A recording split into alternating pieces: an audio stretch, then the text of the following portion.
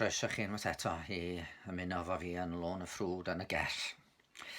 Dwi'n gobeithio bod y myfyrdodau yma'n rhoi rhywbeth i chi feddwl amdano fo yn y dyddiau pryd da ni falle yn cael sôn am coronavirus trwy'r amser braidd yn ormod. Mae dda dianc weithiau i fyd gwahanol, ond gobeithio'n gwneud hynny mewn ffordd fydd yn helpu ni wynebu yn byd ni. Ac yn sicr wrth droi at hanes Ruth, Naomi a Boas, da ni mewn byd gwahanol. Mae'r oes a'r diwylliant wedi newid ers hynny ac eto, mae yna bethau sy'n siarad efo ni fan yma. Mi gofiwch chi ddoe i ni weld fod Naomi a Ruth yn profi daioni Duw, trwy garedigrwydd Boas a gwaith caled Ruth. A gallwch chi ddychmygu eto, rhyw deulu o Iddewon yn eistedd minos o flaen y tân, a'r tad yn adrodd yr hanes, a'r plant am wybod beth sy'n digwydd nesaf. Wedi'r treialon y Moab pan fe farw Elimelech, gŵr Naomi, a'i dau fab, mae fel petai Naomi rwan yn gweld gwen wyneb Duw unwaith eto. Ac mae'n troi i feddwl sut mae cael gŵr i'w merch yng nghyfraith. Mae'r drydedd benod yn y llyfr yn dechrau fel hyn. Yna dywedodd ei mam yng nghyfraith Naomi wrthi, fy merch, ond i ddylwn ni chwilio am gartref i ti dy les. Cyfrifoldeb rhieni oedd sicrhau priodas dda i'w merched yn y gymdeithas honno, a dyma Naomi yn wynebu chyfrifoldeb efo'i merch yng nghyfraith. A dyma gynllun yn ffurfio ei hun yn ei meddwl. Mi oedd daioni Boas wedi rhoi gobaith iddi. Tybed fydde fo yn barod i gymryd Ruth fel gwraig. Gwyddai Naomi i fod yn mynd i fod yn nithio'r barlus y diwrnod hwnnw ac y byddai'n bwyta chysgu allan yn y maes ar ddiwedd y dydd.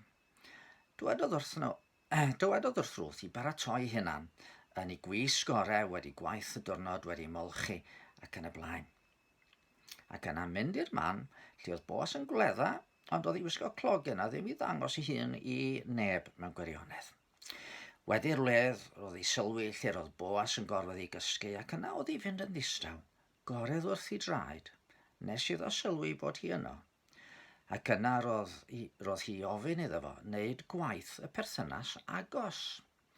A'i chymryd dan ei adain, mi gofiwch yr hanes ddoe, fel oeddwn ni'n egluro am y briodas lefuraidd, a'r perthynas agos y goel oedd i ofalu am teulu mewn trafferth. Wan oedd hwn yn gynllun beiddgar, ond yn llawn peryglon o bob math. Oedd na gwestiwn yn gyntaf a fyddai Boas yn edrych arni o gwbl. Wedi'r cwbl Ruth y Foabes oedd hon yn hanu o gened lestron. Ar ben hynny, roedd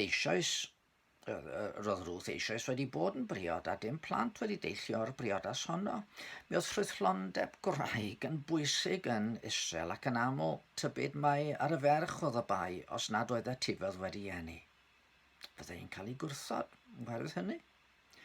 Ac ar ben hynny, dyma chi ferch unig yn mynd allan yn y nos yn gosod ei hunan mewn sefyllfa bregus ofnadwy.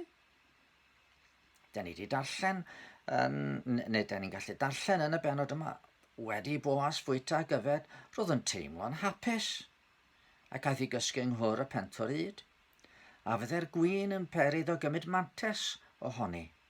Bydde hi'n gwbl ddi am ddiffyn pe bydde'n penderfynu i threisio hi.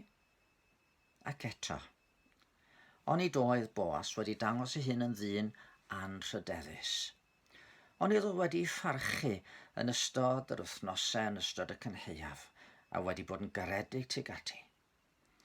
Gallwn ni ddychmygu Ruth yn mynd a'i chalon yn curo wrth iddi wneud fel oedd ei mam yng nghyfraith wedi deud wrthi.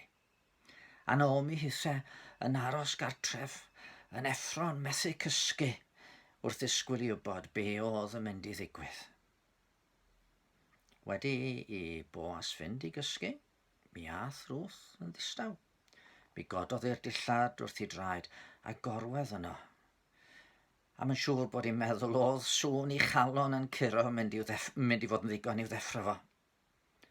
Ond yn y nos, dyma Boas yn troi yn ei gwsg yn sydyn yn ymwybodol bod yna rhywun yno. Pwy wyt ti? Gofynnodd o'n i ddechryn.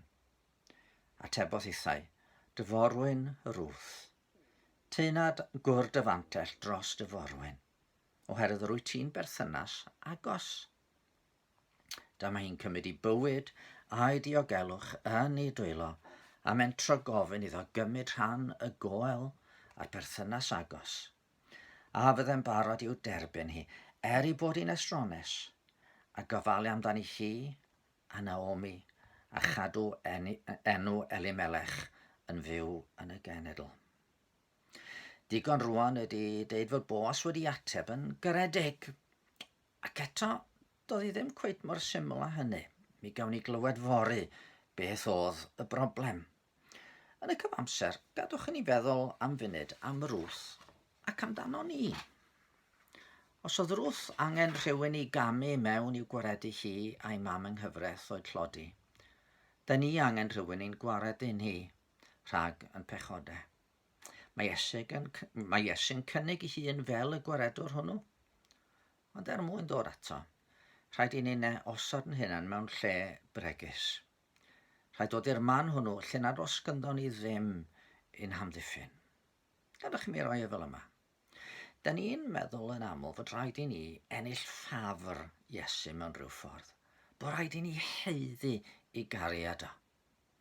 Rywsut, os gallwn ni gynnig rhywbeth iddo fo, rhyw weithredoedd da, yna mi fydd o'n gwenu arno ni.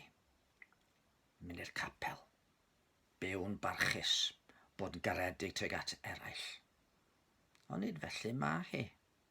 Pan oedd y Phariseaid yn dod at Iesu gan gredu bod Duw yn ei derbyn nhw am iddyn nhw gadw'r holl reolau yna, atebodd Iesu, nid ar ei iach ond ar y cleifion mae angen meddyg, i alw pechaduriaid, i edifeirwch, nid rhai cyfiawn yr wyf fi wedi dod.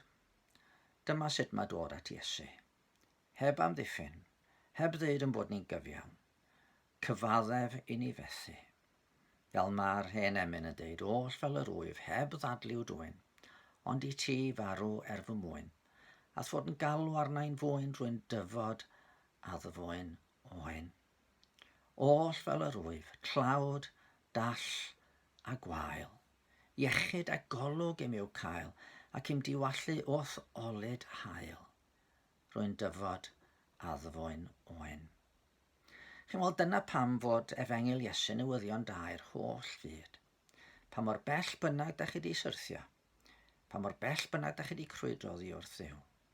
Mae croeso os newch chi wedi farhau i ddod a chael derbyn pob gofal a phob cariad ganddo fo. Ydych chi wedi dod fel hyn at yr arglwydd Iesu? Ydych chi'n ei weddio? O Dduw ein tad, da ni'n diolch ti am bod ni yn dod y bore yma trwy Iesu Grist ata ti. Fedrwn ni ddim cynnig gweithredoedd da. Mae'n gweithredoedd gorau ni o Dduw tad yn fyr o'r nod. Ac eto, rwy ti wedi addo dy fod ti'n derbyn rhai sydd yn dod yn enw dy fab Iesu.